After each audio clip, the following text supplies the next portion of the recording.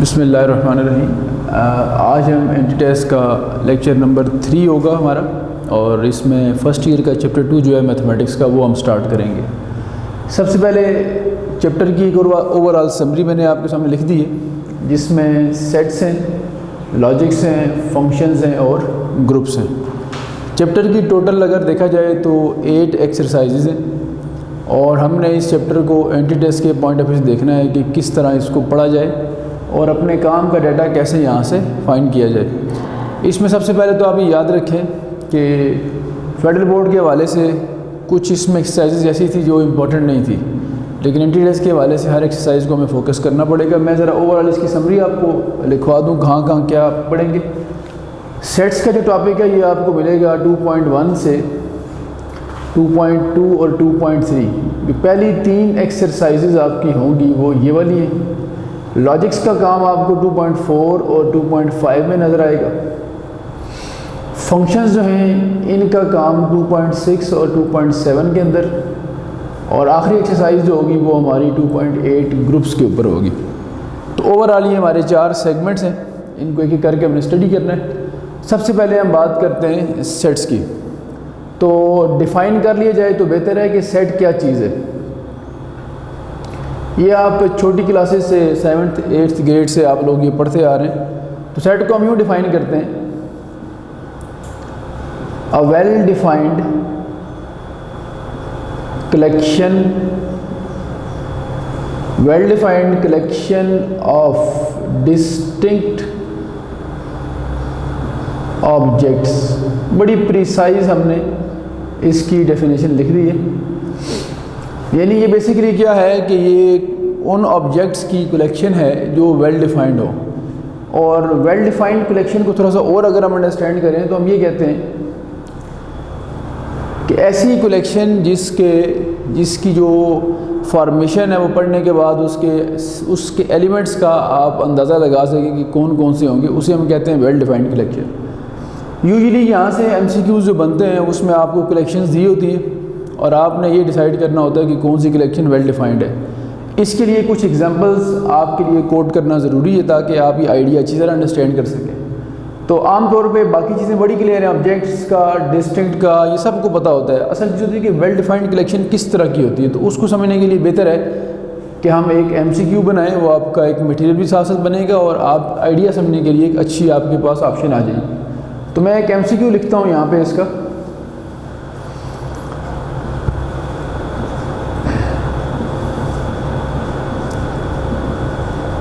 Which of the following collection is not a well-defined collection? आपने बताना ये है कि कौन सी कलेक्शन वेल डिफाइंड नहीं है, क्योंकि जब भी हम काउंटर अप्रोच यूज़ करते हैं ज़्यादा अच्छा हमें समझ आता है, बजाय इसके कि ये समझने के कि वेल डिफाइंड के हम ये समझ लेते हैं कि क्या ऐसी कलेक्शन में क्या बात होगी कि वो वेल डिफाइंड ना हो। तो सबसे पहले नंबर पे ऑप्शन लिखता हूँ मैं आप लोगों के सामने, कलेक्शन ऑफ ओल्ड कार्स, पुरानी कारों की कलेक्शन। नंबर 2 पे हम लिखते हैं ब्रैकेट्स के अंदर A-B-1-2, ये भी एक कलेक्शन है, 4 इसमें हमने ऑब्जेक्ट्स रखे हुए हैं। नंबर C में हम लिखते हैं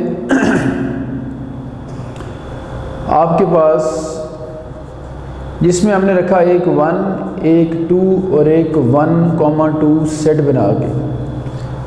अब 3 आप लोगों के सामने मैंने कलेक्शंस लिख दी हैं।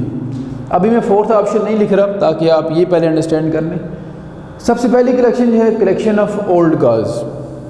अब कलेक्शन हमने पढ़ ली कि ये इसका क्राइटेरिया। जब इसको हम लिखना शुरू करेंगे तो हम सबसे पहले अपने माइंड में ये क्वेश्चन हमारे आएगा कि किस कार को हम ओल्ड कार कह रहे हैं।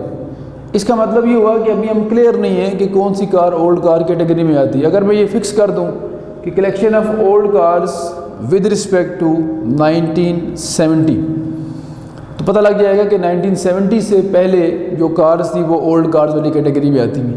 या अगर मैं ये लिख देता collection of old cars with respect to model number 2020 कर दें, यानी जो 2020 जो है इससे पहले वाली जो कार्स थी वो ओल्ड कार्स है, तभी हम डिसाइड कर सकेंगे। इसका मतलब ये हुआ कि जब तक यहाँ ईयर मेंशन ना हो, यानी इसका क्राइटेरिया पूरी तरह डिफाइंड ना हो, तब तक हम ये नहीं बता सकते कि ओल्ड कार किस कार को कह रहे हैं। इसका मतलब है यहाँ अगर ईयर मेंशन करके इसको कम्प्लीटली डिफाइन किया जाए तब हम इसको लिखने के काबिल होंगे। सो जो पहली कलेक्शन है ये वेल डिफाइंड नहीं है, तो हम यहाँ लिख सकते हैं ये ऑप्शन हमारा यहाँ पे वेल डिफाइंड वाला नहीं बन रहा। अगर इस तरह की एक और एग्जांपल, एक और ऑप्शन मैं आपको दे दूँ तो आप यूँ समझ लें, अगर हम कहते हैं collection of big cities of Pakistan, तो अब यहाँ अगर हम बिग सिटीज़ की बात करें सबसे पहले आपके माइंड में कराची जो है वो आ रहा होता है कि शायद वो बिग सिटी है। हालांकि कराची जो है वो पॉपुलेशन के हवाले से बिग सिटी है, बट एरिया के हवाले से नहीं है। इसी तरह से अगर हम किसी जो सिटी है उसकी इकॉनमी के हवाले से बात करते हैं कि रिच सिटी जो है उसकी इकॉनमी जो है उसकी बेस पे उसको बिग सिटी कहा जाए, तो फिर वो डिफरेंट नेम हमारे जहन में आएगा। इसका मतलब अगर ये कहना है कि collection of big cities of Pakistan, तो ये एक वेल डिफाइंड बात नहीं है। इसको वेल डिफाइंड करने के लिए हमें मेंशन करना पड़ेगा कि big cities with respect to area है, रिस्पेक्ट टू पॉपुलेशन है, या एक लिमिट लगा दें हम पॉपुलेशन की कि जिसकी पॉपुलेशन 10 लाख से ज़्यादा है वो बिग सिटी है। तो फिर हम वो सारी सिटीज़ इकट्ठी कर लेंगे जिनकी पॉपुलेशन 10 लाख से ज़्यादा है। इसी तरह अगर हम बात करते हैं नेक्स्ट ऑप्शन की, तो इसमें A-B-1-2 है। यहाँ पे हमें कलेक्शन नज़र तो आ रही है 4, इसमें ऑब्जेक्ट्स लिखे हुए जो हमने कहा था, बट और ये डिस्ट्रिक्ट भी हैं, ये वाली बात भी कंप्लीट है, ये भी कंप्लीट, लेकिन ये फिर भी वेल डिफाइंड नहीं है। वेल डिफाइंड वो होते हैं जिसमें एलिमेंट्स की नेचर सेम भी हो। पहली बात आपने देखा कि पूरी तरह वर्डिंग क्लियर हो, यानी उसमें एम्बिगुइटी ना रहे। दूसरी बात आपने ये देखी है कि जो किसी भी सेट के अंदर, किसी भी ब्रैकेट्स के पेयर के अंदर अगर आपने ऑब्जेक्ट्स लिखे हुए हैं तो वो ऑब्जेक्ट्स जो हैं वो सेम नेचर के होने चाहिए। अब यहाँ 2 अल्फ़ाबेट्स लिखे हुए ए और बी और 2 नंबर लिखे हुए, इसका मतलब एलिमेंट्स की नेचर सेम ना हो तब भी कलेक्शन वेल डिफाइंड नहीं होती। तो या सारे के सारे इसमें अल्फ़ाबेट्स होने चाहिए या सारे के सारे इसमें नंबर्स होने चाहिए। इसका मतलब है ये भी कलेक्शन वेल डिफाइंड नहीं थी। अब थर्ड नंबर पे आते हैं। यहाँ हमें बज़ाहिर तो सारे सेम नज़र आ रहे हैं, 1 2 भी आगे भी 1 2, सारे डिजिट्स ही नज़र आ रहे हैं हमें, लेकिन इसका ड्रॉबैक ये है कि इसमें पहले 2 नंबर्स हैं और जो आखिरी 2 आपको नज़र आ रहे हैं ये एक सेट के अंदर लिखे हुए हैं। इसका मतलब है कि इसमें एक ये नंबर, एक ये नंबर और फिर एक ये पूरा एक सेट इसका मेंबर बना हुआ है। तो या तो सारे के सारे नंबर्स होने चाहिए थे या सारे के सारे सेट्स होने चाहिए थे। तो कुछ इसमें नंबर्स हैं और इसमें एक सेट भी लिखे, इसका मतलब इनमें भी एलिमेंट्स की नेचर सेम नहीं है। तो इसको भी हम कहेंगे ये कलेक्शन भी वेल डिफाइंड कलेक्शन नहीं है। इसका मतलब हमें क्लियर हो गया कि या तो वर्डिंग में आपको इनकम्प्लीट वर्डिंग नज़र आती है, या सेट में, या अगर आपके पास ब्रैकेट्स में लिखे हों ऑब्जेक्ट्स तो उनकी नेचर सेम नहीं होती, तो फिर भी वो वेल डिफाइंड नहीं होती। फिर इसका मतलब कि ऐसी कलेक्शन लिख लेते हैं जो वेल डिफाइंड हो भी। तो उसके लिए हम ये कर लेते हैं, इसी को मैं चेंज करता हूँ ऑप्शन को। कलेक्शन ऑफ ओल्ड कार्स मैंने कहा है, अगर मैं यहाँ ये लिख देता collection of old cars with respect to 1960, तो अब ये बात बिल्कुल क्लियर है। 1960 से जो प्रीवियस मॉडल्स हैं सारे 1959, 50, 40, 30 जो भी थे, जो पुरानी कारें चलती थी उस वक्त, तो जो जो इससे पिछले मॉडल्स थे वो सारे हम कलेक्शन बना के एक लिख देंगे ब्रैकेट्स के पेयर के अंदर उनके नेम्स, तो ये बन जाएगी हमारे पास कलेक्शन ऑफ ओल्ड कार्स। इसका मतलब ये हुआ कि अब ये क्राइटेरिया पूरी तरह डिफाइंड है, तो इसको अब टिक कर देते हैं। बाकी एक ऑप्शन अगर लिखना चाहें तो वो डी ऑप्शन जो इसका बन सकता था, वो आप ऑल ऑफ दीज या one of these, none of these, जो भी हो सकता था। लेकिन इनिशियली हमने ऐसा क्वेश्चन बनाया कि जिसमें पहले हमने एक स्टेटमेंट लिखी जो वेल डिफाइंड नहीं थी, फिर उसमें हमने एडिशन करके बताया कि ये स्टेटमेंट वेल डिफाइंड कब बनेगी, इसके पीछे क्या चेंज करना पड़ेगा हमें। तो ये आपका जो पहला था वेल डिफाइंड से रेलेवेंट एमसीक्यूज जो बन सकते थे वो हमने यहाँ पे कर लिए। अब हम आगे चलते हैं। जिस तरह हमने सेट को डिफ़ाइन किया कि वेल डिफाइंड कलेक्शन है, फिर हम ये भी देखते हैं कि जो सेट्स के अंदर मुख्तलिफ और डेफिनेशंस हैं बेसिक जो आपके पेपर में आ सकती हैं, वो कौन कौन सी हो सकती हैं। तो सबसे पहले तो ये देखेंगे सेट को डिस्क्राइब करने के, सेट को लिखने के कितने हमारे पास मेथड्स हैं। तो मेरा ख्याल है इस लेवल पे आपको मतलब उसकी डेप्थ में हमें जाने का फ़ायदा कोई नहीं है।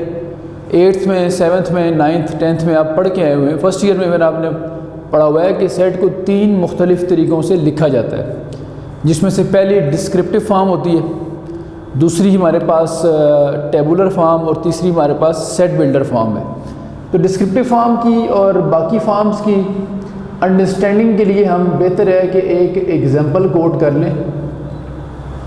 जैसे मैं कहता हूँ कि कोई भी सेट हम नाम रखते हैं, एस एक सेट है जिसको अगर हम डिस्क्राइब करें डिस्क्रिप्टिव फॉर्म में लिखें तो हम यूँ कह सकते हैं set of first 5 multiples of 2 के जो पहले 5 मल्टीपल्स हैं वो।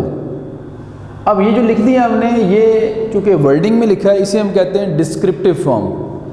इसी को अगर हम लिस्ट बना लें और पेयर में लिख दें, जैसे मैं कहता हूँ 2 के जो मल्टीपल्स हैं, 2 का जो टेबल है वो आप जानते हैं, 2 1 2, 2 2 4, 2 1 2 हो जाएगा आपके पास, और 2 2 4 हो जाएगा, 2 3 6, 2 4 8 एंड 2 5 10। तो ये आपके पास जो 2 के मल्टीपल्स हैं 2 4 6 8 10, फर्स्ट 5 मल्टीपल्स ऑफ 2 जो है हमने यहाँ लिख दिए हैं। अब ऊपर यही बात वर्डिंग में लिखी थी, यही बात अब हमने लिस्ट बना के लिखी, इसे हम कहते हैं ये टेबुलर फॉर्म है। तो पहली डिस्क्रिप्टिव, दूसरी टेबुलर, और तीसरे नंबर पे हमारे पास आती है जिसे हम कहते हैं सेट बिल्डर फॉर्म। सबसे जो इम्पोर्टेंट फॉर्म है मैथमेटिक्स में जो आपके MCQs में आ सकते हैं जिसके क्वेश्चन, वो ये वाली हमारे पास जो भी हम लिखने लगे हैं जिसको सेट बिल्डर फॉर्म कहते हैं। सेट बिल्डर फॉर्म में क्या होगा कि कुछ हमारे पास सिंबॉलिक वे होता है, लैंग्वेज होती है मैथमेटिक्स की जिसकी बेस पे हम सेट को डिस्क्राइब करते हैं। तो इसमें हम यूँ लिखेंगे कि सेट कंटेनिंग एलिमेंट्स x, इसमें x है, कैसे x है, ये स्लैश शो करती है सच दैट को, x such that x is equal to 2n। अब ये 2n का मतलब है 2 के मल्टीपल, और n यहाँ शो कर रहा है कि कितने मल्टीपल होंगे। तो हमने 5 मल्टीपल रखे हैं, तो साथ हम लिखेंगे एंड, ये एंड का सिंबल हो गया, स्लैश का मतलब सच दैट, ये एंड, और आगे हम कहेंगे and n varies from 1 to 5, और मेंशन ये भी कर दें कि n यहाँ नेचुरल नंबर है।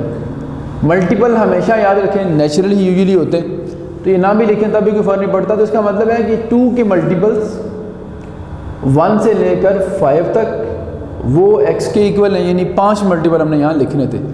तो डिस्क्रिप्टिव फॉर्म, टेबुलर फॉर्म, और सबसे जो लास्ट पे लिखी है हमने that is called set builder form. तो लास्ट वाली फॉर्म का मैं नाम लिख भी देता हूँ, जो कि ये ज़्यादा इम्पोर्टेंट है पेपर के हवाले से। तो आपके MCQs वगैरह ज़्यादातर जो है वो सेट बिल्डर फॉर्म से रेलिवेंट आ रहे होते हैं। कभी आपने सेट बिल्डर फॉर्म को नॉर्मल फॉर्म में कन्वर्ट करना होता है, और कभी नॉर्मल फॉर्म से आपने सेट बिल्डर फॉर्म में आना होता है। तो ये एक हमारा जो सेट को लिखने का तरीका था वो हमने सीखा है। अब हम आते हैं कि ओवरऑल जो सेट्स की कैटेगरीज हैं वो किस तरह डिफ़ाइन की जाती हैं। चैप्टर 1 जब आपने पढ़ा उसमें natural number, whole number, integers, rational, real, complex सारे आपने पढ़े। अब आप देखते हैं उसको कैसे हमने फर्दर कैटेगराइज करना है। तो सेट्स के बारे में आप याद रखें कि टोटल अगर इसको 2 हिस्सों में डिवाइड किया जाए तो 2 तरह के हमारे पास मेनली सेट्स होते हैं। कुछ सेट्स हमारे पास हैं फाइनाइट और कुछ होते हैं हमारे पास इन्फिनिट। फाइनाइट सेट्स वो होते हैं जिनके नंबर ऑफ़ एलिमेंट्स फाइनाइट होते हैं। जैसे एक सेट में अगर 3 एलिमेंट्स हैं, 4 हैं, 5 हैं, 10 हैं, 20 हैं, जो काउंट हो सकते हैं आसानी से, फाइनाइट नंबर ऑफ़ एलिमेंट्स हैं, तो हम कहेंगे वो फाइनाइट सेट है। जैसे मैंने ऊपर लिखा था इसमें 2 4 6 8 10 5 एलिमेंट्स, तो ये फाइनाइट सेट है। इसी तरह अगर इसमें 100 एलिमेंट्स तो तभी फाइनाइट है, 1000 है, 10,000 है, यानी जो आपके पास फाइनाइट रेंज है अगर उतने एलिमेंट्स हैं तो हम कहेंगे ये फाइनाइट सेट है। अब हम आते हैं इन्फिनिट की तरफ। इन्फिनिट सेट्स जो होते हैं ये 2 तरह के होते हैं। फर्दर कैटेगराइज कर लेते हैं। इन्फिनिट में दो कैटेगरीज बनती हैं, एक वो इन्फिनिट जिनको काउंट किया जा सकता है, जिन्हें हम काउंटेबल इन्फिनिट सेट कहते हैं, और दूसरा हमारे पास होता है वो जो अनकाउंटेबल हो। जैसे मिसाल के तौर पे मैं अगर इसके नीचे एक डायग्राम बना के आपको बताऊं, सबसे पहले हम लिख रहे हैं काउंटेबल इन्फिनिट सेट जो है काउंटेबल इनफाइनाइट या इन्फिनिट भी कह सकते हैं आप, और फिर हम यहाँ लिख लेते हैं अनकाउंटेबल।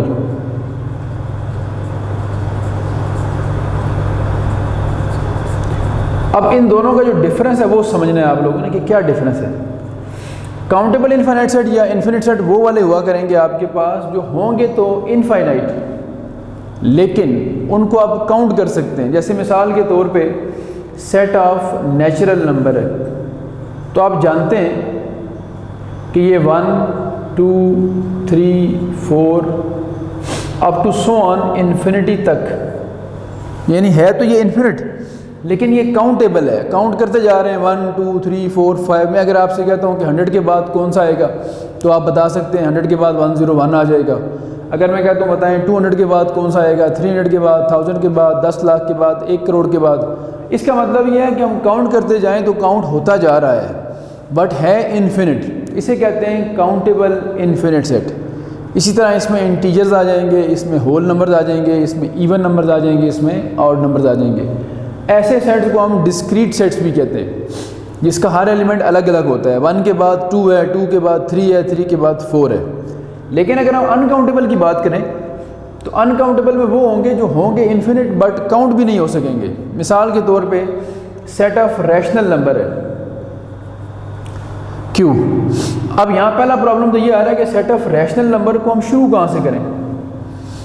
जिस तरह नेचुरल को आप जानते हैं कि आपने शुरू किया है 1 से, होल नंबर 0 से कर लेंगे। इंटीजर्स में आप जानते हैं 0 +- 1 +- 2 लिख सकते हैं हम, इवन 2 के मल्टीपल, ऑड 1 3 5 7 इस तरह से। लेकिन रैशनल का हमें पता नहीं है कि हम स्टार्ट कहाँ से करें, क्योंकि इतना ज़्यादा डेंस सेट है ये। अब हमें स्टार्ट करने के लिए कोई ऑप्शन नहीं मिल रहा। इसका मतलब है कि जिस तरह नेचुरल नंबर को हमने लिखा था टेबुलर फॉर्म में, इस तरह रैशनल नंबर को टेबुलर फॉर्म में नहीं लिख सकेंगे हम। क्यों नहीं लिख सकेंगे? क्योंकि ये अनकाउंटेबल है, इसमें हमें पता नहीं है कि हम स्टार्ट कहाँ से करें। अगर लेट से मैं स्टार्ट कर लेता हूँ किसी नंबर से, 1 से स्टार्ट कर लिया, तो मुझे ये नहीं पता कि 1 के बाद कौन सा रैशनल नंबर है। वो 1 के बाद 1.01 भी हो सकता है, 1.001, 3 0 लगाएं, 4 लगाएं, 10 लगाएं। इसका मतलब ये हुआ कि ये अनकाउंटेबल इनफाइनाइट सेट का ड्रॉबैक है कि इसको आप टेबुलर फॉर्म में नहीं लिख सकेंगे। तो ये भी आपके MCQs में बात आ सकती है कि आपको 4 ऑप्शंस दे के ये कहा जाए कि कौन सा ऐसा सेट है जिसको आप टेबुलर फॉर्म में नहीं लिख सकते, तो आप उसमें जितने भी अनकाउंटेबल इनफाइनाइट सेट्स हैं वो आप लिख सकेंगे। तो फिर क्वेश्चन माइंड में ये आता है कि अगर हम इसको टेबुलर फॉर्म में नहीं लिख सकते तो फिर हम इसको किस फॉर्म में लिखेंगे। तो फिर इसके आपके पास 2 ऑप्शंस बचते हैं, एक डिस्क्रिप्टिव है और डिस्क्रिप्टिव के बाद दूसरा ऑप्शन बचता है हमारे पास सेट बिल्डर फॉर्म। जिस तरह आपने ये लिख के बताया था ऊपर, तो इसको फिर सेट बिल्डर फॉर्म में लिखेंगे तो वो जो आपने डेफिनेशन चैप्टर 1 में पढ़ी है वो यहाँ अप्लाई हो जाएगी, जिसमें आपने कहा था कि x such that x can be written in the form p/q। और मैं ये अनकाउंटेबल इन्फिनिट की एग्जांपल यहाँ आपके सामने कोट कर देता हूँ। तो मैंने अभी बात की थी सेट ऑफ रैशनल नंबर की, इसी तरह से आपके पास सेट ऑफ रियल नंबर है, आपके पास सेट ऑफ कॉम्प्लेक्स नंबर है। ये वो सेट्स हैं। इसी तरह सेट ऑफ इर्रेशनल नंबर भी है, इसको भी आप कह सकते हैं साथ।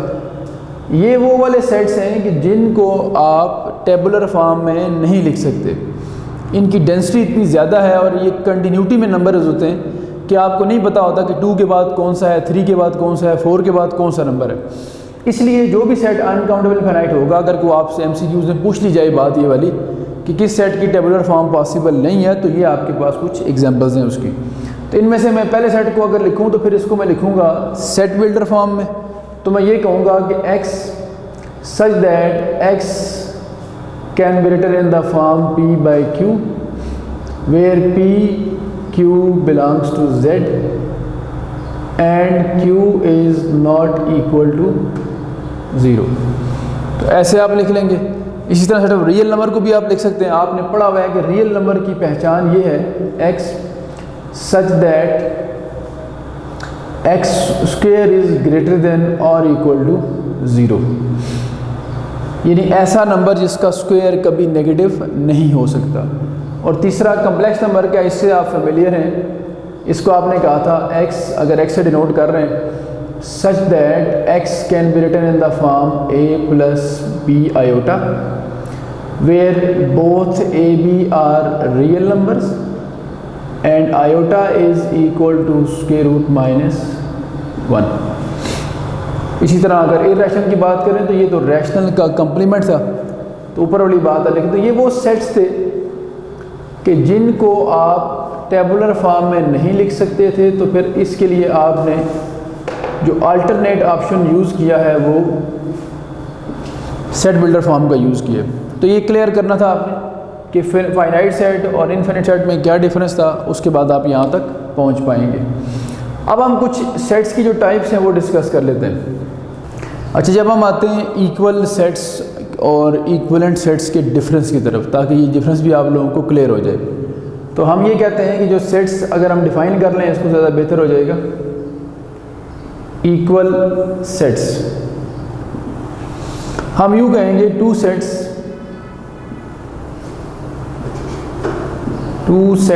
A and B are equal if. अब इक्वल होने की जो दो कंडीशंस हैं वो देख लेते हैं। पहली कंडीशन तो ये है, नंबर 1, के number of elements in A number of elements in B के इक्वल हो। n ऑफ A का मतलब होता है नंबर ऑफ एलिमेंट्स। अगर A में 5 एलिमेंट्स हैं तो n ऑफ A का मतलब होगा 5, n ऑफ B का मतलब भी 5 होगा, अगर उसमें भी 5 है तो n of A n of B के इक्वल होगा, यानी नंबर ऑफ एलिमेंट्स A और B के सेम होंगे। नंबर ऑफ एलिमेंट्स को हम कार्डिनलिटी भी कहते हैं, तो हम ये भी कहते हैं कि A का कार्डिनल नंबर और B का कार्डिनल नंबर सेम होने चाहिए। ये पहली कंडीशन है, ये सफिशिएंट नहीं है, अभी एक और भी लिखनी है हमने। दूसरी कंडीशन ये है कि कॉरेस्पॉन्डिंग एलिमेंट्स भी कह सकते हैं, या दोनों के जो एलिमेंट्स हैं वो भी सेम होने चाहिए। तो हम ये कहेंगे elements of A and B are same या इक्वल। आप देखें, नंबर ऑफ एलिमेंट्स भी इक्वल हों और नंबर जो एलिमेंट्स हैं वो सेम भी हों, तो तब हम कहते हैं दो सेट्स आपस में इक्वल सेट्स हैं। इसकी छोटी सी एग्जांपल बना लेते हैं। एग्जांपल आप ये ले लें,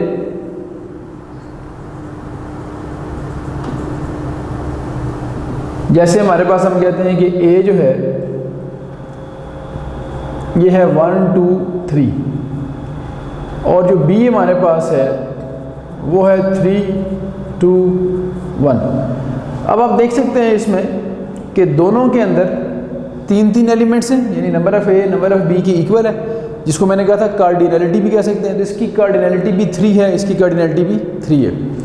और साथ ही एक और बात यह है कि इसके एलिमेंट्स भी और इसके एलिमेंट्स भी सेम है, 1 2 3 और इसमें 3 2 1। ऑर्डर का फ़र्क है, सेट के अंदर ऑर्डर का कोई रोल नहीं होता है, इसका मतलब ऑर्डर से कोई फ़र्क नहीं पड़ता।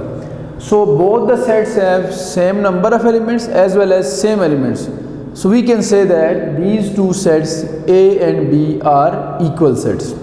अब हम आगे चलते हैं, इक्वल के बाद इक्वलेंट की तरफ आते हैं, जो कि एक बड़ी कन्फ्यूजन होती है स्टूडेंट्स के माइंड में कि वो ये समझ नहीं पा रहे होते कि इक्वलेंट क्या चीज़ है और इक्वल क्या है। तो इक्वल सेट को समझने के लिए ये याद रखें सबसे पहले कि उसकी सिर्फ एक कंडीशन है, और वो कंडीशन ये है कि दोनों के सिर्फ और सिर्फ नंबर ऑफ़ एलिमेंट्स सेम होने चाहिए।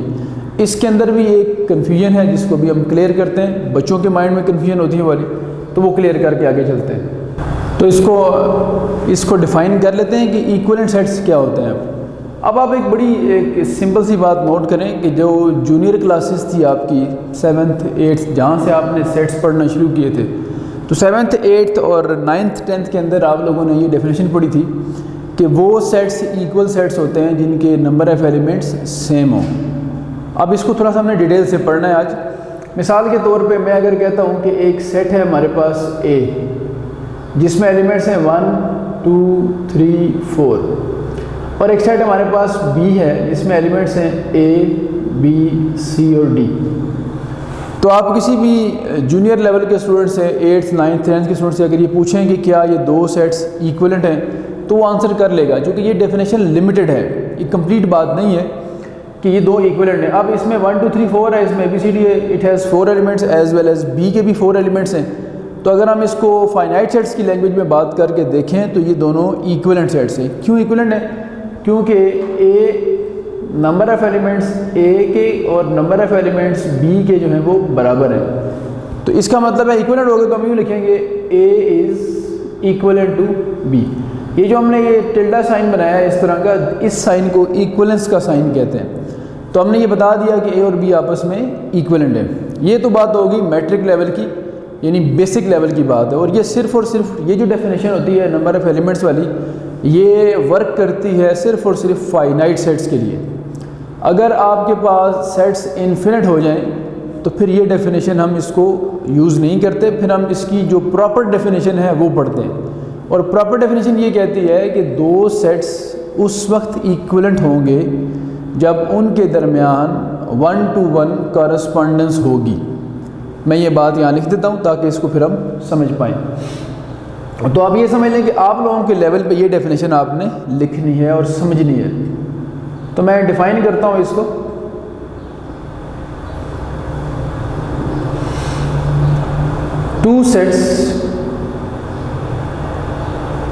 To sets A and B are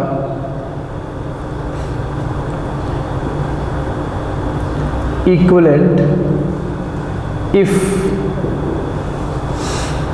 there exist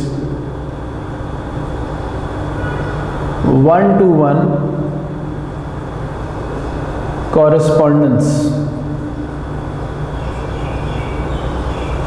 1 to 1 correspondence between A and B। अब ये जो 1 to 1 correspondence है ये समझना ज़रा ज़रूरी है आप लोगों के लिए। और ये ऐसी डेफिनेशन है कि जो दोनों के लिए काम आएगी आपको। ये फाइनाइट पे भी अप्लाई हो जाती है और इन्फिनिट के लिए तो है ही है ये डेफिनेशन। जबकि जो ऊपर वाली डेफिनेशन थी कि जिसमें नंबर ऑफ़ एलिमेंट्स इक्वल हों, वो सिर्फ़ और सिर्फ फाइनाइट सेट्स के लिए। तो ये एक स्टूडेंट्स के माइंड में कन्फ्यूजन होती है, उनको इसकी क्लैरिटी नहीं मिल रही होती। आज हम इसको क्लियर करेंगे इंशाल्लाह। इस डेफिनेशन को अगर हम यहाँ लगा के देखें, अप्लाई करें, तो बड़ा क्लियर नज़र आ रहा है कि ये डेफिनेशन यहाँ भी वर्क कर रही है। वो कैसे वर्क कर रही है देखें आप लोग कि अगर हम 1 to 1 करस्पॉन्डेंस की बात करते हैं, जो 1 to 1 करस्पॉन्डेंस लिखी है हमने यहाँ पे, तो इसका मतलब ये होता है, देखें इसका एक एलिमेंट 1 है, इसका A के साथ लिंक बनाया जा सकता है और 2 का लिंक बनाया जा सकता है B के साथ, 3 का लिंक बनाया जा सकता है C के साथ और 4 का लिंक बनाया जा सकता है D के साथ। यानी A से आप B की तरफ आ सकते हैं। ये होगी 1 वे इम्प्लीकेशन। 1 to 1 में डबल इम्प्लीकेशन चाहिए होता है हमें। हम उधर से इधर आ रहे हैं तो दोबारा रिवर्स भी जा सकते हैं। अब आप देखिए, इस A का लिंक 1 से बन सकता है, B का लिंक 2 से बन सकता है, C का लिंक 3 से बन सकता है और 4 का लिंक D का लिंक 4 से बन सकता है। तो ये कहलाती है 1 to 1 कॉरस्पॉन्डेंस। कोई भी एलिमेंट A का ऐसा नहीं होना चाहिए जो B से लिंक ना हो, और कोई भी एलिमेंट B का ऐसा नहीं होना चाहिए जो A से लिंक ना हो। और दूसरी बात याद रखनी है कि एक एलिमेंट एक के साथ ही लिंक हो, एक एलिमेंट एक से ज़्यादा के साथ रिलेशनशिप ना बना रहा हो। अगर हम इसको एडवांस लेवल में जाके देखें, क्योंकि आप सारे एंटी टेस्ट के स्टूडेंट्स हैं और एंटी टेस्ट के स्टूडेंट्स सेकेंड ईयर का जो कोर्स है वो पढ़ के आए होते हैं, तो आप लोग ये समझते हैं कि सेकेंड ईयर के कोर्स में आप फंक्शंस को बड़ा डिटेल से पढ़ते होते हैं।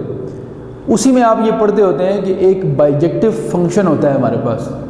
बाइजेक्टिव फंक्शन क्या होता है कि उसकी इनपुट और आउटपुट के दरमियान इस तरह का रिलेशनशिप होता है कि एक इनपुट की एक आउटपुट आती है और उसी तरह उस आउटपुट को आप रिवर्स भी कर सकते हैं।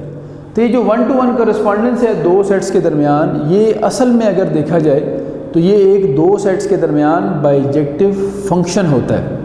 तो इसका मतलब ये हो गया कि अगर हम दो सेट्स के दरमियान एक बाइजेक्टिव फंक्शन बना सकते हैं तो उनके नंबर ऑफ़ एलिमेंट्स सेम होंगे। और इसको सिंपल वर्डिंग में मैंने आपको बता दिया है कि दो सेट्स के दरमियान हर एलिमेंट का दूसरे सेट के एक एलिमेंट के साथ रिलेशनशिप होना चाहिए।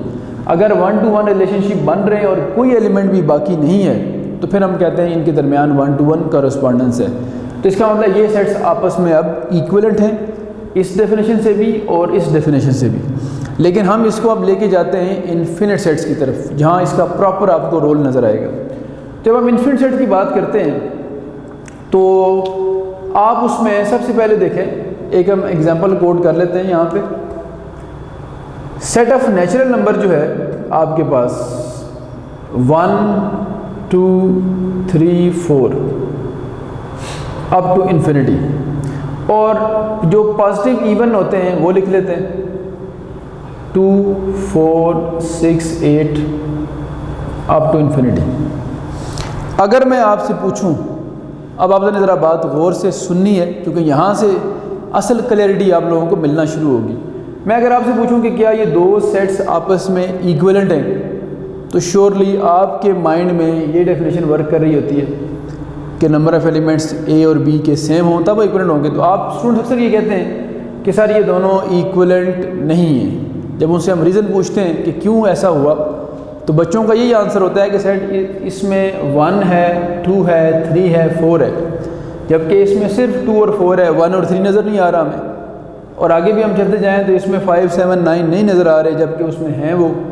तो वो ये सोच रहे होते हैं कि इसमें एलिमेंट्स नेचुरल नंबर में ज़्यादा है, इवन नंबर में कम है, तो ये कैसे बराबर होंगे, कैसे इक्वलेंट होंगे। हालांकि यहाँ पहुँच के आप अगर डेफिनेशन देखें तो ये जो 1-to-1 करस्पॉन्डेंस है ये इनके दरमियान बनाई जा सकती है।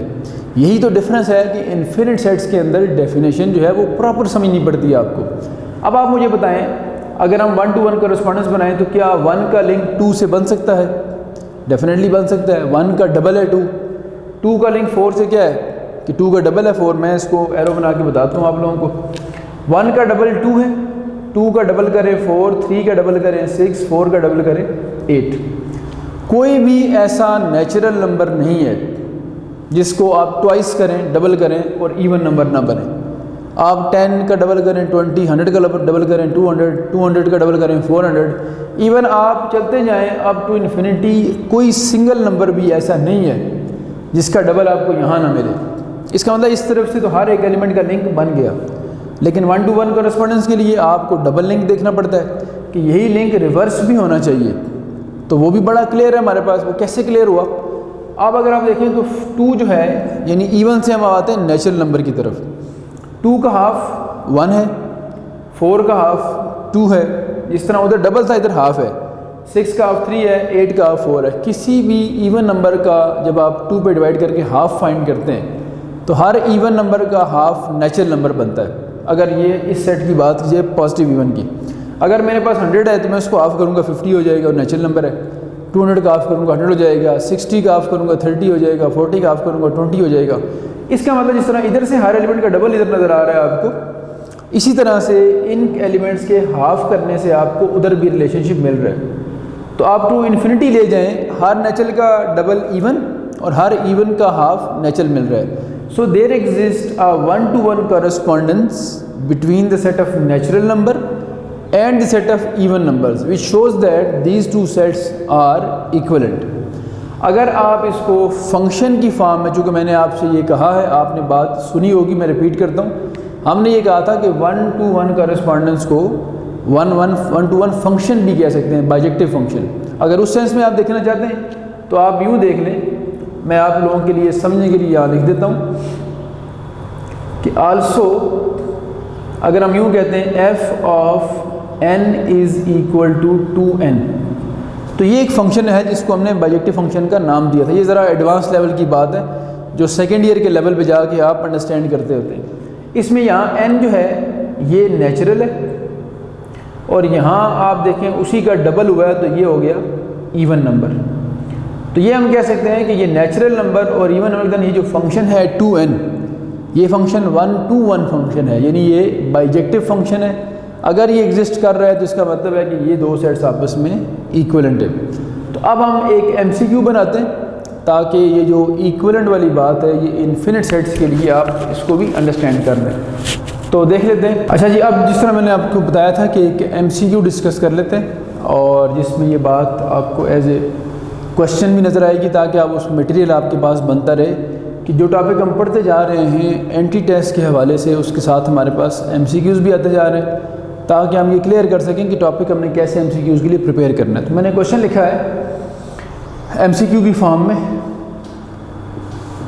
विच of the following set is equivalent to n, यानी नेचुरल नंबर के साथ इनमें से कौन सा सेट इक्विवेलेंट है। जैसा कि अभी मैंने आपको बताया, इक्विवेलेंट होने की कंडीशन मैंने आपको बड़ी क्लियर बता दी है। वो ये है कि जब भी आप इक्विवेलेंट की बात करते हैं तो 1 to 1 कॉरेस्पॉन्डेंस देख रहे होते हैं, यानी एक फंक्शन चाहिए होता है हमें जो दोनों को लिंक करे।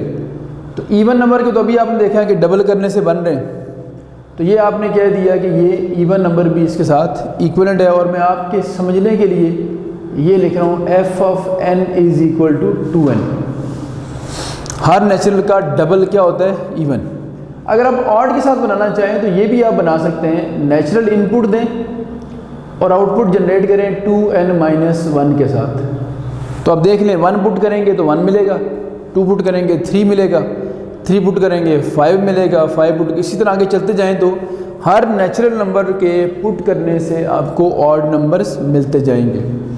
और थर्ड नंबर पे अगर देखें होल नंबर्स के, तो f of n is equal to n-1, ये इसका बनता है रिलेशनशिप आपस में। अब आप देखिए नेचुरल नंबर अगर आप 1 पुट करते हैं, यहाँ आपने 1 इनपुट दी, यहाँ आपको 0 आउटपुट मिलेगी। यहाँ आपने 2 इनपुट दी, यहाँ आपको 1 आउटपुट मिलेगी। यहाँ आपने 3 इनपुट दी, यहाँ आपको 2। तो नेचुरल नंबर पुट करते जा रहे हैं और होल नंबर्स बनते जा रहे हैं। इसके अंदर हर नेचुरल नंबर के अगेंस्ट एक होल नंबर मिल रहा है एंड वाइस वर्सा भी है, और हर होल के प्रीवियस लिंक के साथ आपको नेचुरल नंबर मिल रहे हैं। सो वी कंक्लूड दैट, हमने ये कंक्लूड किया है कि नेचुरल नंबर्स का 1 to 1 फंक्शन बन जाता है ऑड नंबर के साथ, इवन नंबर के साथ और होल नंबर के साथ। इसलिए ये सारे के सारे नेचुरल नंबर के साथ 1 to 1 कॉरेस्पॉन्डेंस बनाते हैं और ये सारे फिर बन जाएंगे नेचुरल नंबर के साथ इक्विवेलेंट। तो हम टिक करेंगे ऑल ऑफ दीज।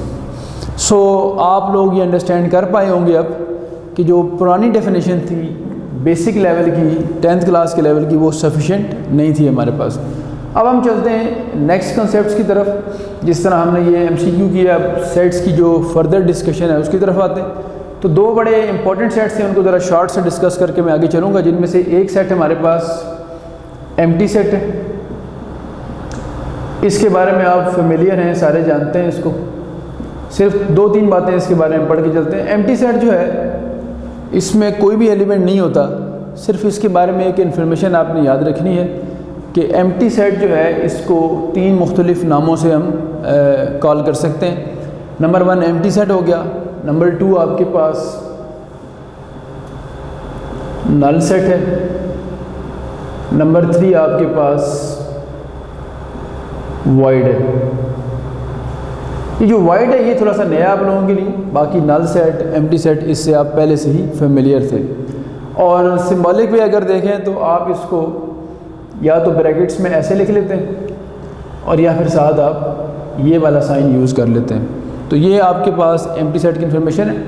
वाइड मैंने इसलिए लिखा है कि एक बार नस्ट के टेस्ट में एक क्वेश्चन था जिसमें आपने जो IQ का पोर्शन होता है नस्ट में, जो आप लोगों में से नस्ट एंट्री टेस्ट में अपीयर हुए हैं वो जानते होंगे कि एक लास्ट पोर्शन होता है 10 नंबर का IQ का, और उसके अंदर हम ऑड वन आउट कर रहे होते हैं। यानी एक आपने चारों ऑप्शन में से ऑप्शन सेलेक्ट करना जो बाकियों से डिफरेंट होता है।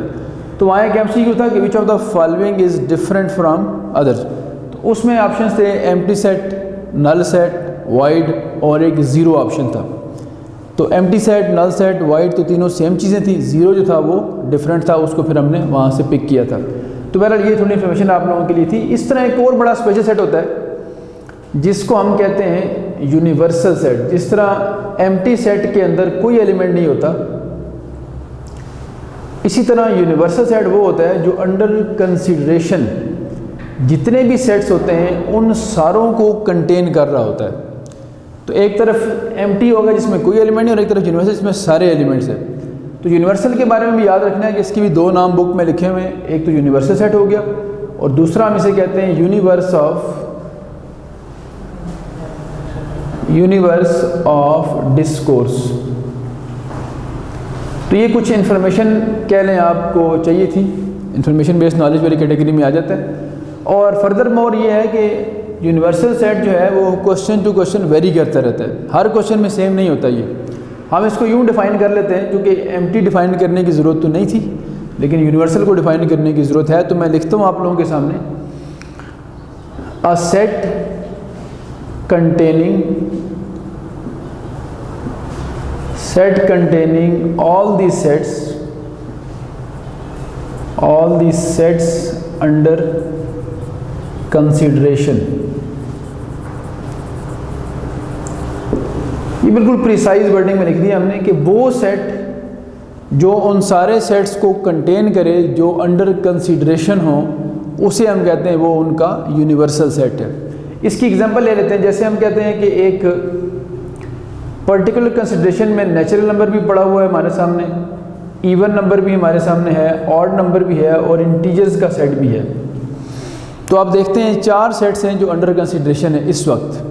तो इनमें से आप देखें कि जो इंटीजर्स हैं उसमें नेचुरल नंबर भी होते हैं, उसमें ऑड नंबर भी हैं, उसमें इवन भी हैं। इसका मतलब ये वो सेट है जो इन तीनों सेट्स को कंटेन कर रहा है। तो अगर ये तीनों को कंटेन कर रहा है तो ये इस कंसीडरेशन के अंदर ये इनका यूनिवर्सल सेट बन जाएगा। इसी तरह अगर ये ना होता, ये 3 सेट्स होते, तो जो नेचुरल नंबर है वो इवन भी उसमें होते हैं, ऑड भी उसमें होते हैं अगर पॉजिटिव देखें हम सिर्फ, तो उस वक्त फिर हम कहते हैं कि नेचुरल नंबर इन दोनों के केस में इसका जो कंसीडरेशन है उसका यूनिवर्सल है।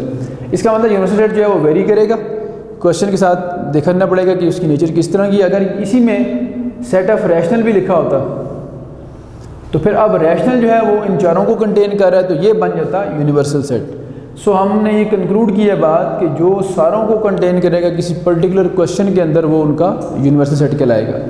तो यहाँ हमने ये 2 डिफरेंस पढ़ लिया। अब कुछ फर्दर प्रॉपर्टी सेट्स की देख लेते हैं। अच्छा जी, फर्दर प्रॉपर्टीज़ की हम बात करते हैं तो उसमें हमारे पास सबसेट्स का एक टॉपिक होता है जो कि इतना कोई मुश्किल टॉपिक नहीं है, लेकिन यहाँ पे हमें इसको अंडरस्टैंड करना पड़ेगा MCQs के पॉइंट ऑफ व्यू से। आपने देखा है कि जो डिस्कशन हमारी अभी तक चैप्टर 2 के हवाले से हुई है, सेट्स के हवाले से, इसमें बहुत सारी बातें आपको नई सीखने को मिली होंगी। जो कन्फ्यूजन्स आपके माइंड में थी वो हमने कोशिश किया क्लियर करें, और आपको ये एक सेंस हमने देनी है कि how to prepare entry test.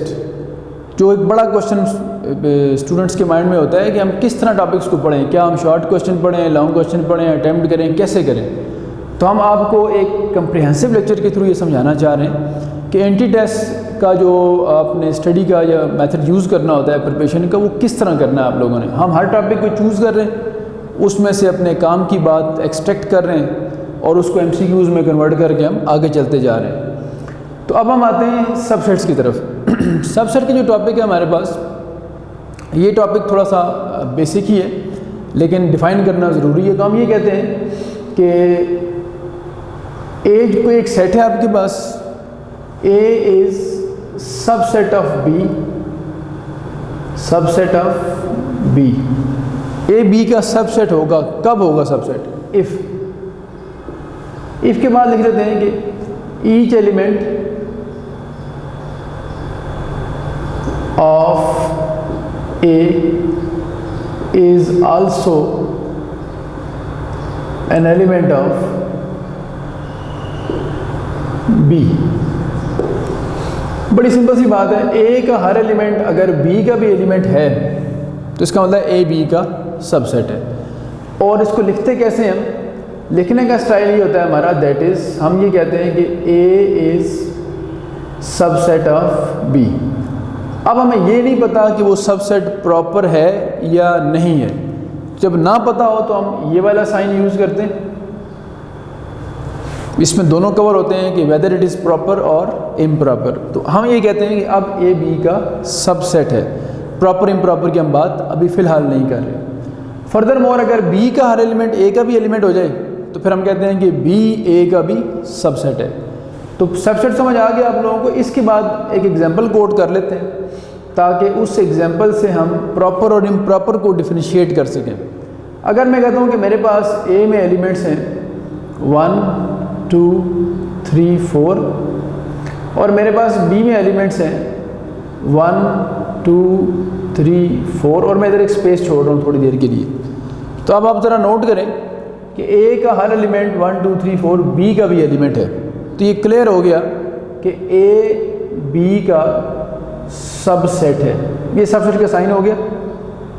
अब हम ये देखते हैं कि ये प्रॉपर इम्प्रॉपर कब होगा। तो याद रखें कि अगर बी के अंदर एटलीस्ट एक एलिमेंट, कम से कम एक एलिमेंट ऐसा हो जो ए में नहीं है, तो फिर हम कहेंगे अब ए बी का प्रॉपर सबसेट है। जैसे मिसाल के तौर पे यहाँ मैं लिखता हूँ 5। अब आप देखें ये जो 4 1 2 3 4 इसमें आपको नज़र आ रहे हैं, लेकिन एक एलिमेंट ऐसा बी का नज़र आ रहा है जो ए में नहीं है। यानी if there exist at least one element in B which is not in A, then we say that A is proper subset of B. तो फिर प्रॉपर के लिए हम ये वाला साइन यूज़ करेंगे। अब हम कहेंगे ए बी का प्रॉपर सबसेट है। एंड इसी तरह अगर बी के साथ होता ए का लिंक तो हम बी को भी ए का प्रॉपर सबसेट कहते। और अगर ये 5 यहाँ नहीं है, यानी सारे सेम ही हैं, तो फिर हम कहेंगे ए बी का प्रॉपर सबसेट नहीं है, इम्प्रॉपर सबसेट। अब ये इसका इम्प्रॉपर सबसेट है। अब आप एक बात और नोट करें कि अगर हम ये देखते हैं तो बी का भी हर एलिमेंट ए में है, 1 है 2 है 3 है 4 है, इसके अंदर बी भी ए का सबसेट बन गया। तो बी भी ए का प्रॉपर सबसेट इम्प्रॉपर सबसेट बन गया, क्योंकि ए में कोई एलिमेंट डिफरेंट नहीं है। अब आप यहाँ से कंक्लूड करें कि ए बी का सबसेट है और बी ए का सबसेट है। इस सिचुएशन में जब ए बी का सबसेट हो और बी ए का सबसेट हो, तो इसका जो कंक्लूजन होता है वो ये होता है कि A and B both are equal. तो ये हमारा एंड रिजल्ट बना कि अगर ए बी का सबसेट हो, बी ए का सबसेट हो, इसका मतलब कि दोनों आपस में इक्वल हैं। इसीलिए हम ये कहते हैं कि अगर ए बी का इम्प्रॉपर सबसेट है तो ये उसी वक्त होगा, यानी ये इम्प्रॉपर सबसेट उसी वक्त पॉसिबल है जब वो उसके इक्वल होगा। तो यहाँ से एक रिज़ल्ट आप लोग याद रखें जो आपके MCQs के लिए ज़रूरी है। वो रिज़ल्ट ये है कि अगर आपसे ये कहा जाए कि ए बी का इम्प्रॉपर सबसेट है तो ए और बी का रिलेशनशिप क्या होगा, तो आपने ये कहना है कि अगर ए बी का इम्प्रॉपर सबसेट है तो ए बी के इक्वल ही होगा। तो कंक्लूजन ये ड्रा हुआ कि every set is improper subset of it self. Her set अपना इम्प्रॉपर सबसेट होता है। तो ये दोनों देखा जो सेम सेट लिखे हुए थे, इसका मतलब है कि अगर इम्प्रॉपर सबसेट होगा तो वो असल में अपने बराबर ही होगा। तो इसको मैं एक नोट बना के यहाँ आप लोगों के लिए लिख देता हूँ।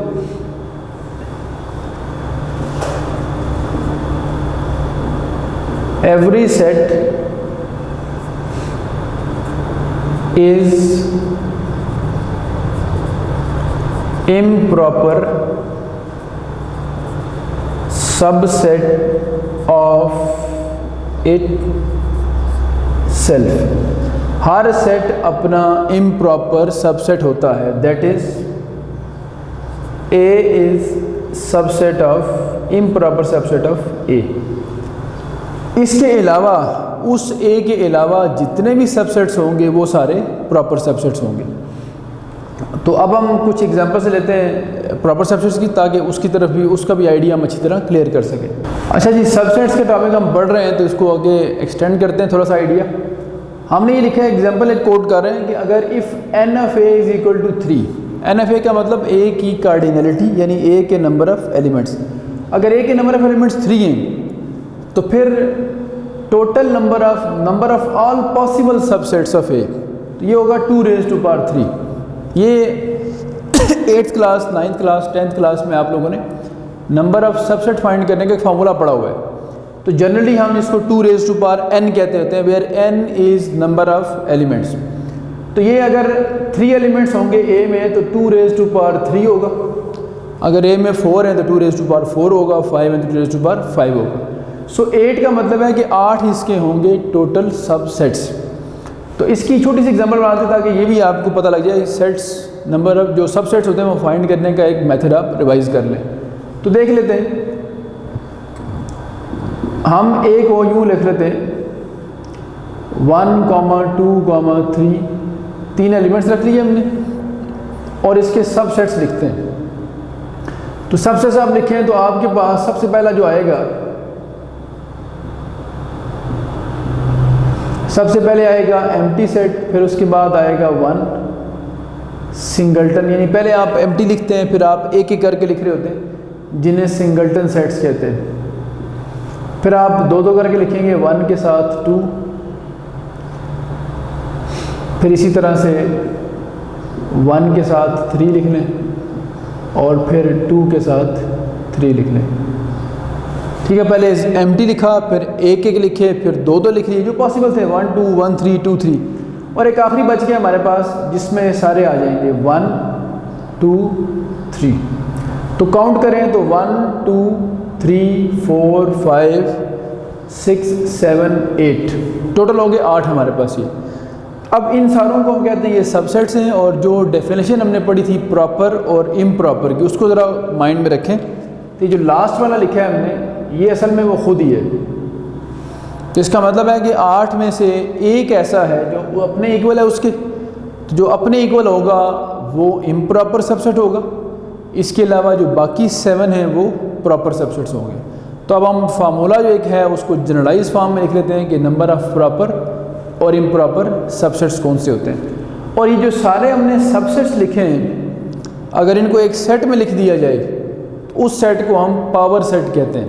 तो मैं वही लिखता हूँ यहाँ पे, और उसके बाद आगे चलते हैं। ये जो सबसेट्स थे ये सारे अगर हम एक ब्रैकेट में कर दें, 1 2 3 सारे एक ब्रैकेट में करके लिख दें, तो इसको हम कहते हैं पावर सेट ऑफ ए। तो यहाँ लिख लेते हैं पावर सेट ऑफ ए, और इसको यूजुअली डिनोट किया जाता है पी ऑफ ए से। पी एफ एक्स होगा तो एक्स का पावर सेट होगा, पी एफ वाई होगा तो वाई का पावर सेट होगा। और जो नंबर ऑफ़ सेट्स हैं, नंबर ऑफ़ सबसेट्स हैं इम्प्रॉपर प्रॉपर, उनका भी रूल लिख लेते हैं ताकि वो भी आपको क्लियर हो जाए। तो उसका हम यूँ लिख लेते हैं, एक नोट बना के आप लिख लें इसको कि if number of elements in A, कोई भी आप रख लें, लेट्स से m एलिमेंट्स है, m कुछ भी हो सकता है, 2 3 4 5 10 20 कुछ भी। तो अगर नंबर ऑफ़ एलिमेंट्स m होंगे तो जो टोटल नंबर ऑफ़ सबसेट्स होंगे ए के, total number of subsets of A ये होंगे 2 रेज़ टू पावर m। और फिर इसमें अगर हम कैटेगराइज करें number of proper subsets, number of proper subsets of A, तो ये होंगे 2 raise to power m minus 1। अब जो एक हम माइनस कर रहे हैं, ये क्यों माइनस कर रहे हैं? क्योंकि ये एक वो माइनस हो रहा है जो इम्प्रॉपर होगा, जो वो खुद होगा। तो इसी तरह अगर हम थर्ड कैटेगरी ये बना लें कि number of improper subsets, number of improper subsets of A, तो ये आपके पास आएगा 1। तो ये हो गया हमारा यहाँ पे टॉपिक कंप्लीट।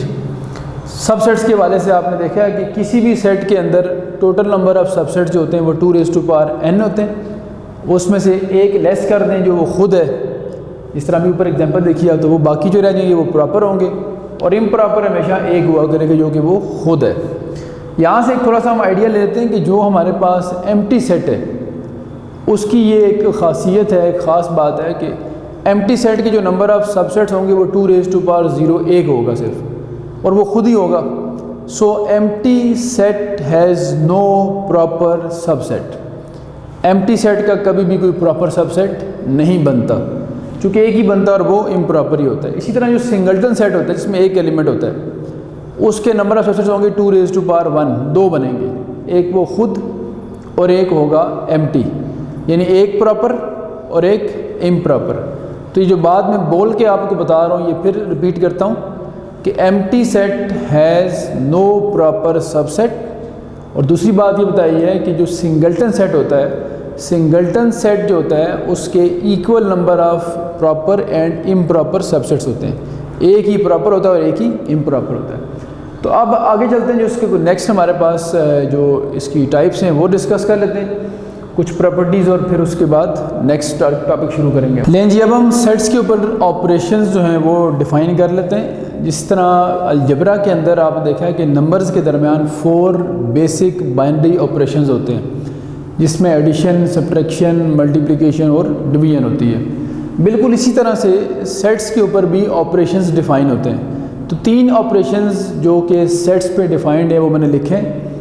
ऑपरेशंस की हेडिंग आ गई, ये आ गया यूनियन, इंटरसेक्शन और डिफरेंस। यूनियन के लिए आप ये वाला साइन यूज़ कर लेते हैं यू की तरह का, ये इंटरसेक्शन के लिए, और डिफरेंस के लिए आप जो यूजुअल साइन होता है डिफरेंस का वो यूज़ करते हैं। अब हम देखते हैं कि इनको कैसे आपने एक्सप्रेस करना है। तो 2 सेट्स का जो यूनियन है, अगर हम पहले उसकी बात करें तो ये आप सारे जानते हैं कि यूनियन में आप एलिमेंट्स को मर्ज करके इकट्ठा करके लिखते हैं। या इसकी सेट बिल्डर फॉर्म देख लेते हैं, A union B is equal to, यानी बताते हैं कि इसमें किस तरह के एलिमेंट्स होंगे, x such that x is member of A. अब ये सिंबल यूज़ करेंगे और का, उल्टा जो वी बना हुआ है, वी जो बना है, तो हम ये कहेंगे कि एक्स ए का मेंबर होगा और एक्स बी का मेंबर होगा, क्योंकि लॉजिकली याद रखा करें यूनियन जो है मैथमेटिक्स में और को रिप्रेजेंट करता है। तो ये हम कह सकते हैं कि ए यूनियन बी का मतलब या वो ए का एलिमेंट है या वो बी का एलिमेंट है, और बोथ भी हो सकते हैं, दोनों के एलिमेंट्स भी हो सकते हैं। इसी तरह से हम बात करते हैं इंटरसेक्शन की।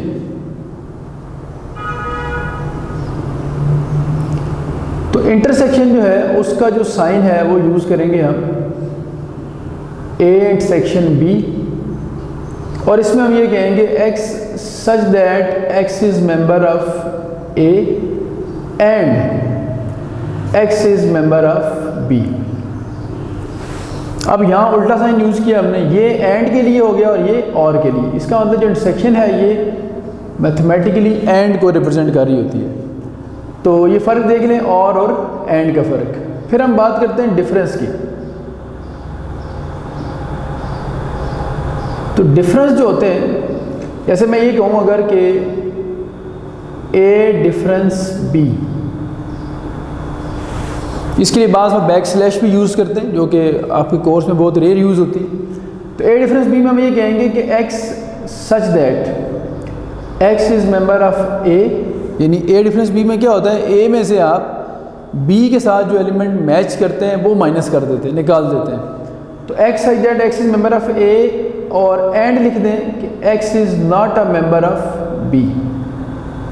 वो एलिमेंट होंगे जो a में हों बट b में ना हों।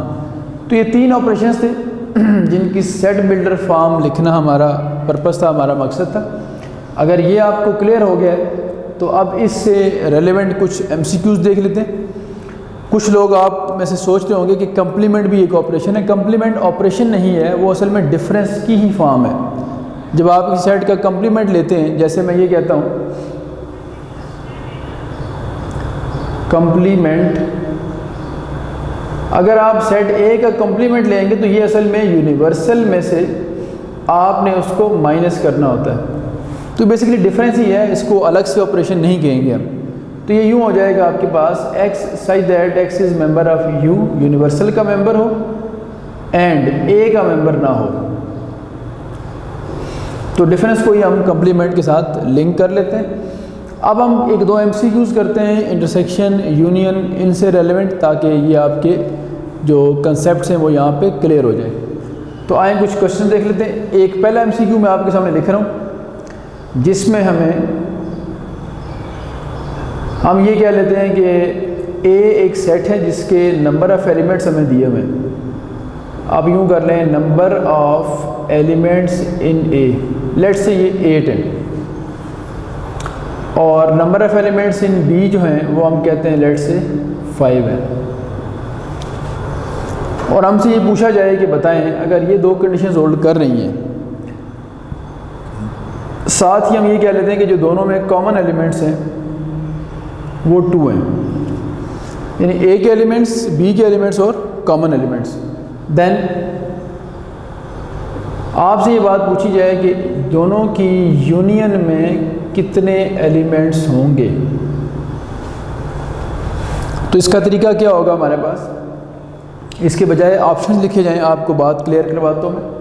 यूनियन आमतौर पे दोनों के सेट्स के एलिमेंट्स का मर्जर होता है, उसमें 8 हैं, इसमें 5 हैं, तो लग जो ये रहा है कि 8 और 5 मिलके 13 एलिमेंट्स बन जाएंगे।